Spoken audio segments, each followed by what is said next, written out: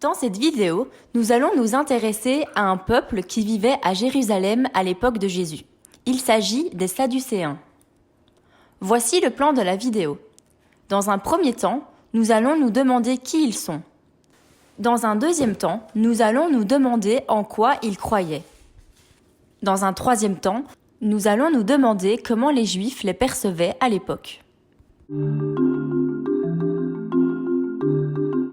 Les Sadducéens font partie d'une communauté issue de familles riches et puissantes.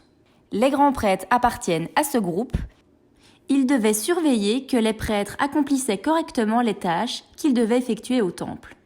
Le grand prêtre est la personne qui est chef de tous les prêtres et est également chef de tout le peuple juif.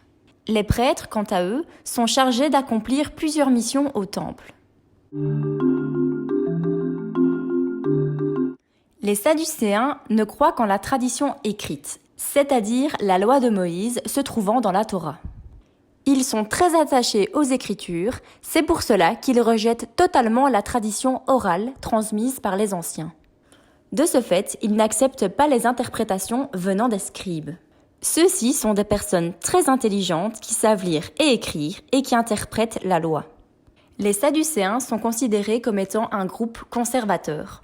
Cela veut dire qu'ils n'acceptent pas les changements ou les nouvelles idées. En effet, selon eux, la loi de Moïse ne peut pas être actualisée. Elle doit rester telle qu'elle est. Les Sadducéens sont donc un groupe opposé à celui des pharisiens. Les pharisiens, eux, sont favorables aux nouvelles idées. En effet, selon eux, la loi doit être actualisée en fonction de la société dans laquelle on vit. Les Sadducéens sont très attachés au culte du temple. Ils collaborent avec les Romains afin de ne pas perdre le privilège de pouvoir accéder au temple. Puisque les Sadducéens collaborent avec eux, ils ne sont donc pas bien perçus par la population juive. En effet, les Juifs disent que les Sadducéens sont beaucoup trop conciliants avec les envahisseurs